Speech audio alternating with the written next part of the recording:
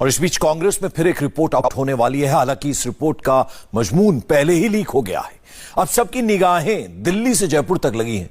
Report पर जो action होगा उससे तय होगा गांधी परिवार और गहलोत के बीच कौन है हाई, किसके पास है कमांड। देखिए रिपोर्ट और समझिए कांग्रेस में दरअसल हुआ क्या।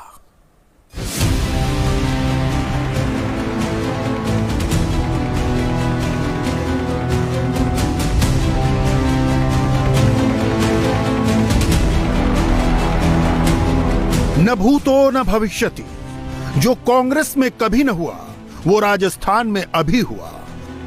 जिस अशोक गहलोत को कांग्रेस अध्यक्ष बनाने की तैयारी थी, वो अशोक गहलोत बागी तेवर के साथ अलग पावर सेंटर नजर आने लगे। बीते 36 घंटे में जयपुर से दिल्ली के बीच जो हुआ, एक लाइन में उसका निचोड़ यूं समझिए कि ये गांधी वर्सेस गहलोत है।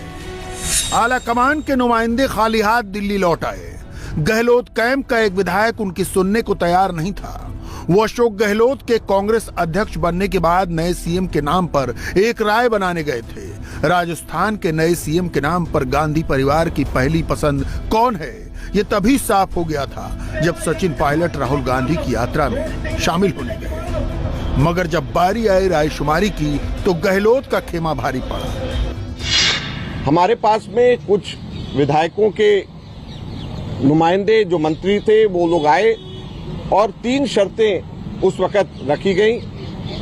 एक शर्त उसके अंदर ये था कि कोई भी निर्णय, जो भी रेजोल्यूशन होगा, उस रेजोल्यूशन का के ऊपर फैसला 19 अक्टूबर के बाद में होना चाहिए और ये रेजोल्यूशन का हिस्सा बनना चाहिए। तो उस पे हमारा ये कहना था कि ये कैसे संभव है कि वो व्यक्ति जो रेजोल्यूशन मूव कर रहे हैं कि सारे अधिकार कांग्रेस अध्यक्ष को दिए जाएं, वो व्यक्ति कांग्रेस अध्यक्ष का चुनाव लड़ना चाहते हैं और 19 अक्टूबर को अगर चुनाव जीत जाते हैं तो उसके बाद वो खुद फैसला करेंगे, तो ये कॉन्फ्लिक्ट ऑफ इंटरेस्ट नहीं है तो क्या है। दूसरा, उन्होंने ये कहा कि हर विधायक से आप अलग अलग नहीं मिलिए, बल्कि आप ग्रुप में मिलिए, समूह में मिलिए।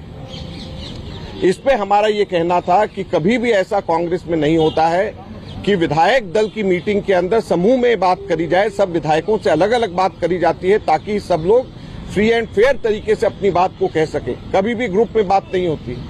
तीसरा, उन्होंने ये कहा कि जो 102 लॉयल जो विधायक अशोक गहलोत जी के खेमे में हैं, उन्हीं में से बनाया जाना चाहिए जो लोग उस वक्त दो साल पहले अशोक गहलोत जी के साथ में थे।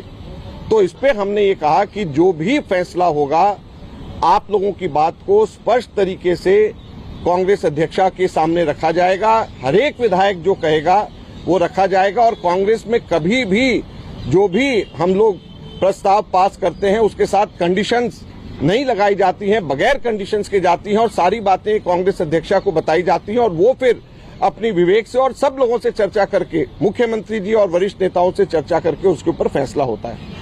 तो दुर्भाग्यपूर्ण ये सारी की सारी बातें होने के बाद भी वो मीटिंग नहीं हो पाई।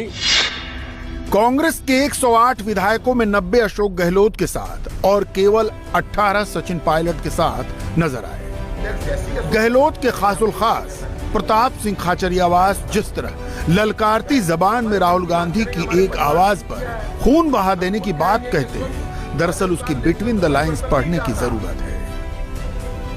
यदि हम हिम्मत से जवाब नहीं देंगे, सड़कों पर मुकाबला होने वाला है बीजेपी के साथ। तो आप देख लेना, खून बहाना पड़ेगा कांग्रेस के कार्यकर्ताओं को सड़कों पर। सुन लो, मैं कड़वी बात कह रहा हूं। तैयारी है बीजेपी की। मेरी बात बुरी लगती है, मैंने पहले भी कहा था गहलोत साहब को कि सरकार के खिलाफ षड्यंत्र हो रहा है, वो हुआ।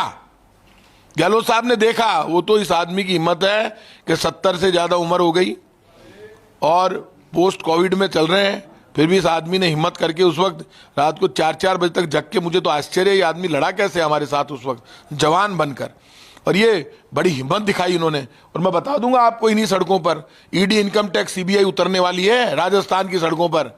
अरे कहां, हमको तो notice ED, income tax, CBI के आते ही रहे हैं, उनका भी जवाब देते हैं, परिवार के नोटिस का भी दे देंगे। नोटिस से कोई टेंशन है क्या? लेकिन अब ईडी, इनकम टैक्स, सीबीआई के नोटिस आने चालू हो गए। इनकम टैक्स ने राजेंद्र यादव के घर पे रेड की है, मंत्री के घर पे। अब ये घुसेंगे यहां पर सड़कों पर, कांग्रेस कार्यकर्ता को लड़ना पड़ेगा, फिर प्रताप सिंह खाचरियावास उतरेगा, सड़कों पर बराबर का मुकाबला करेंगे। बीजेपी लाठी चलाएगी तो लाठी का जवाब देंगे, गोली चलाएगी बीजेपी तो गोली का जवाब देंगे, बीजेपी जुल्म करेगी तो जुल्म का जवाब देंगे, बीजेपी एजेंसियां भेजेगी तो एजेंसी का जवाब देंगे। लेकिन अपने मन की बात कांग्रेस की राजस्थान की सरकार को बचाने के लिए कांग्रेस का एक एक कार्यकर्ता, कांग्रेस का एक एक विधायक, कल भी एक था आज भी एक है, सोनिया गांधी जी और राहुल गांधी जी के आह्वान पर खून बहा देंगे सड़कों पर जब वो आवाज देंगे।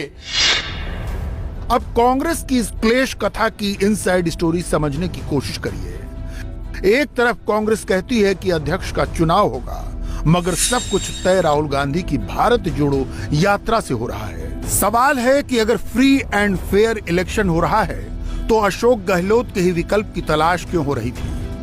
अशोक गहलोत पर ही अध्यक्ष बनने का दबाव क्यों था?